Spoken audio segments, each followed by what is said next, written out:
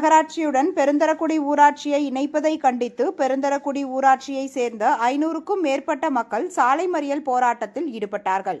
திருவாரூர் நகராட்சியுடன் பெருந்தரக்குடி ஊராட்சி உள்ளிட்ட பல்வேறு ஊராட்சிகள் இணைக்கப்பட்டுள்ளன.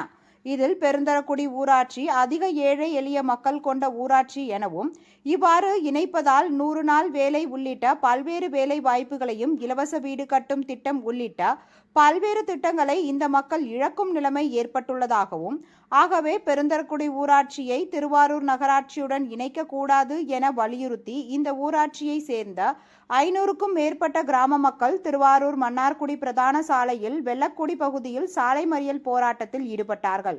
இந்த போராட்டத்தின் காரணமாக போக்குவரத்து பாதிக்கப்பட்டது. அதன் பிறகு மறியல் போராட்டத்தில் ஈடுபட்டவர்களை காவல்துறையில் கைது செய்து அழைத்து சென்றார்கள்.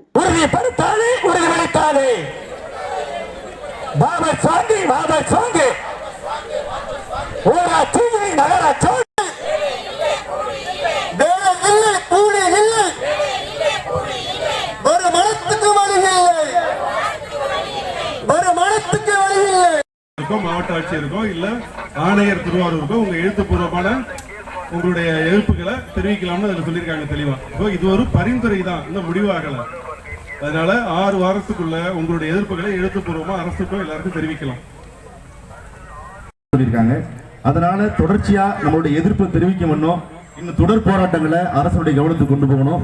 நம்ம ஊர்ல இருந்து ஒரு ஃபேக்ஸ் பாத்தீங்கன்னா கிட்டத்தட்ட ஒரு 500 பேர் ஃபேக்ஸ் அனுப்பணும். யாருக்குன்னா முதலமைச்சருக்கு அனுப்பணும்.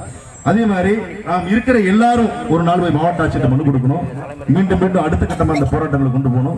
ஒரு காத்திருப்பு போராட்டம் நடத்தணும், அடுத்து ஒரு உண்ணாநிலை போராட்டம் நடத்தணும்.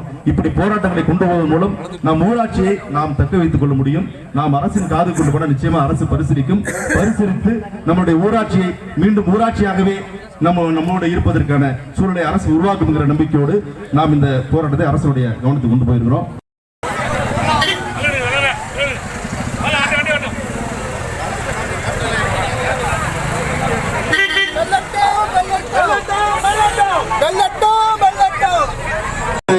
தமிழக அரசு மாவட்ட நிர்வாகம் அப்படி ஒரு கணக்கெடுப்பை நடத்தக்கூடாது என்பதுதான்.